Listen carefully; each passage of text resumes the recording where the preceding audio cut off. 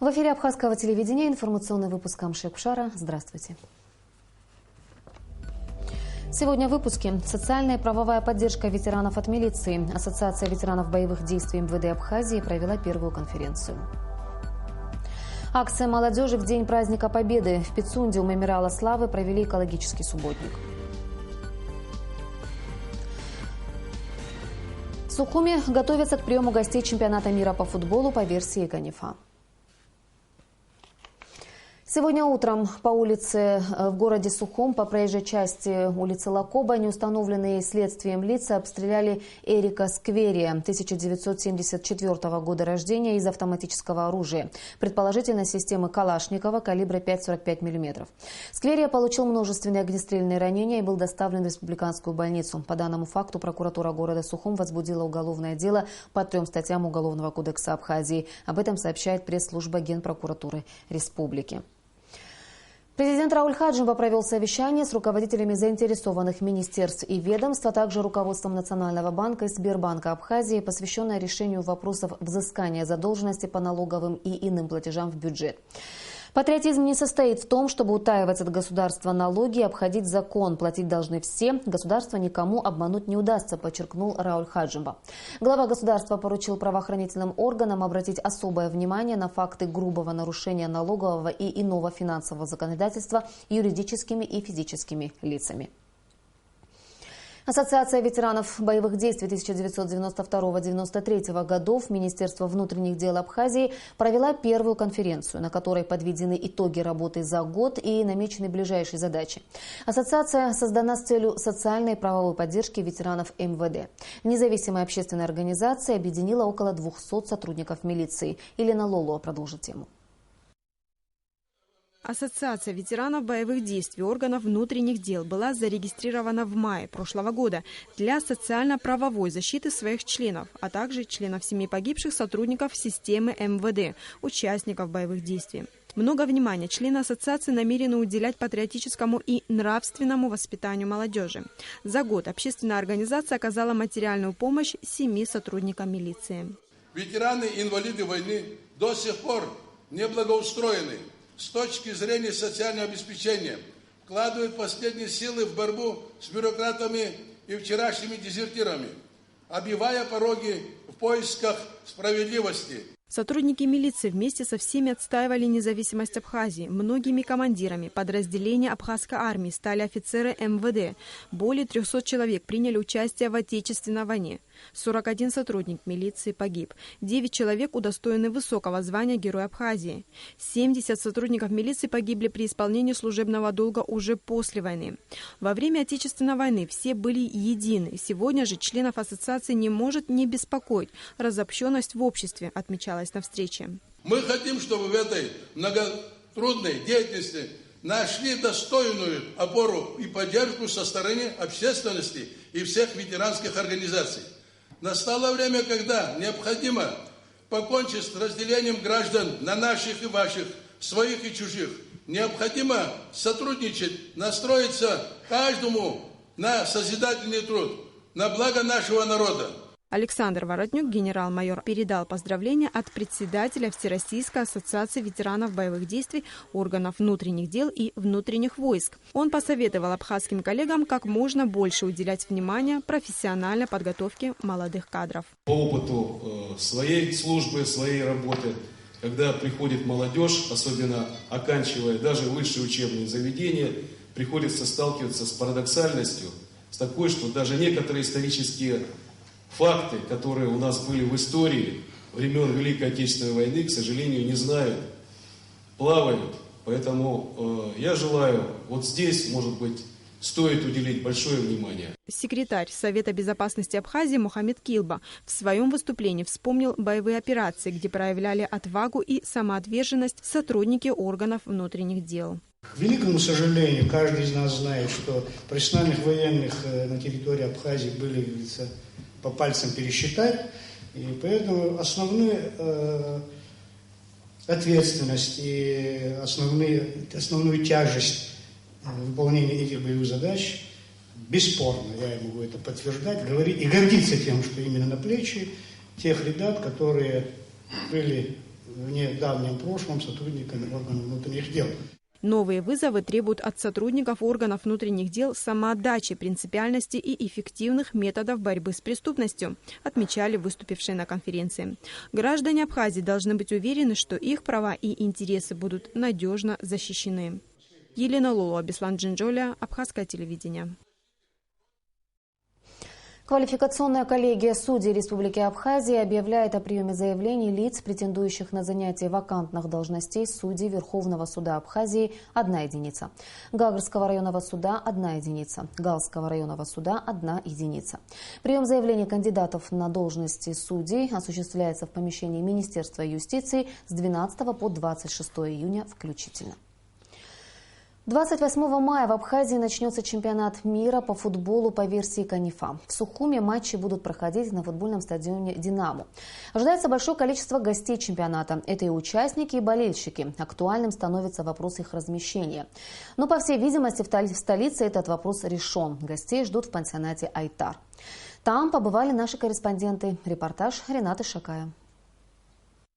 Около 150 человек ждут в пансионате «Айтар». Это участники чемпионата, которые будут играть в столице. «Айтар» уже готов к приему гостей. Был президент КАНИФА, который приезжал сюда, сам смотрел. Он был у нас где-то полгода назад. Он сам посмотрел нашу территорию, наш номерной фонд. Ему понравилось. И поэтому они приняли решение, они ряд объектов смотрели, и все-таки решили остановиться здесь у нас. Был у нас на днях буквально премьер-министр, мы ходили вместе, смотрели условия размещения, питания и так далее. Мы, в принципе, мы готовы к приему людей. Мы, конечно, там привели в порядок наш номерной фонд, какие-то мы сделали освежительные работы, провели, хотя этот корпус считается новым, он после капитального ремонта. Цены в пансионате весьма приемлемые. Управление комплекса ведет умеренную ценовую политику, что позволяет привлечь туристов. Наша ценовая политика заключается в том, чтобы не завышать реальную стоимость, которая существует. Для чего? Для того, чтобы мы вообще, задача наша заключается в том, чтобы принять побольше людей. То есть мы работаем на объемах. Конечно, мы подняли где-то на 7-8% по сравнению с прошлым годом. Но я считаю, что это приемлемо, и наши партнеры, с кем мы работаем, мы там консультируемся с туроператорами российскими, мы работаем. Значит, это довольно-таки приемлемые цены. К примеру, такой номер стоит 1200 рублей в сутки. В нем могут уютно расположиться несколько человек. Частично разрушенные во время боевых действий здания руководству комплекса «Айтар» удалось восстановить своими силами на первом этапе. Позже, после капитального ремонта главного корпуса, в 2010 году работа всего пансионата была возобновлена в полной мере. Здесь есть номера класса люкс. В стоимость проживания входит и трехразовое питание. Наш пищеблок, он рассчитан на 400 человек за один раз, одним приемом. Значит, здесь шведская линия. По системе шведской линии мы работаем, потому что это удобно для отдыхающих в первую очередь, потому что есть выбор блюд. Скажем, у нас салатов только 8-10 видов. Значит, первых блюд 3, вторых 2-3. И меню обновляется еженедельно. По словам директора пансионата Астамура Адлиба, все номера «Айтара» на курортный сезон уже забронированы.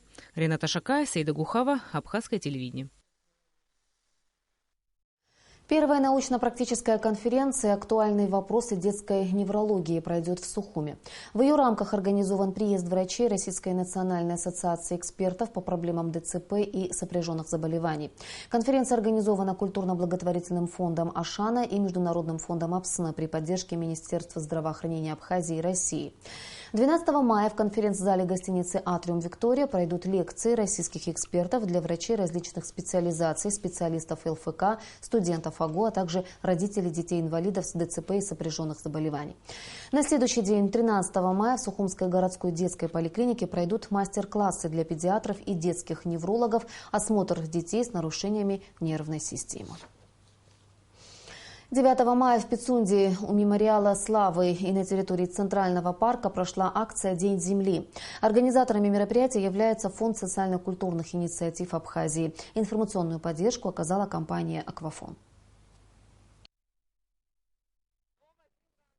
Вооружившись садовым инвентарем, школьники, волонтеры и жители города приняли активное участие в акции «День земли». Более 100 молодых людей привели в порядок территорию, посадили деревья и цветы. К мероприятию присоединились и гости Пицунды. В итоге в майский праздничный день Центральный парк и территория вокруг мемориала славы полностью преобразились. Мы приехали сегодня из Гагры, узнав из интернета о том, что проводится такая замечательная акция, посвященная Дню Земли, и решили принять участие. Тем более с нами ребенок, показать ему, что делается в Абхазии для того, чтобы сохранить эту чудесную природу.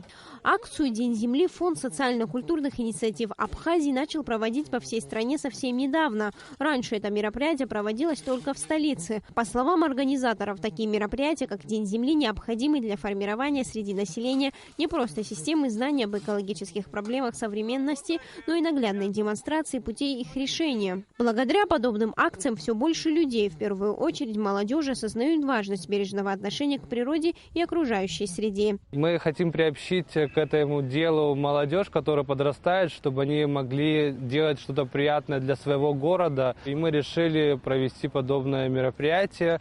И, как вы видите, сегодня мы высадили огромное количество деревьев, цветов. И надеемся, что эти растения будут радовать наших жителей и гостей нашего курортного города. Информационным партнером акции является компания «Аквафон». Важность подобных мероприятий отмечают и сами волонтеры. Все волонтеры, которые участвуют в этом, мы все друзья, и мы все, когда сюда приходим, мы как-то сразу пытаемся помочь и как-то сразу хотим сделать лучше для нашего города. Мы как бы хотим вообще, чтобы наш город был красивее, чем остальные. Вообще хотим, чтобы Абхазия была красивее, чем другие республики, другие страны. Приезжают туристы, и мы хотим им показать всю красоту нашей природы. Также все желающие в течение дня имели возможность принять участие в экологической лотерее. Лоты были представлены организаторами и партнерами экологического субботника. Сария Смыр, Абхазское телевидение. И в завершении выпуска о погоде. По сообщению гидрометеослужбы, завтра в Абхазии ожидается переменная облачность без существенных осадков. Температура воздуха ночью плюс 10-12, днем плюс 21-23 градуса. Температура морской воды плюс 15 градусов.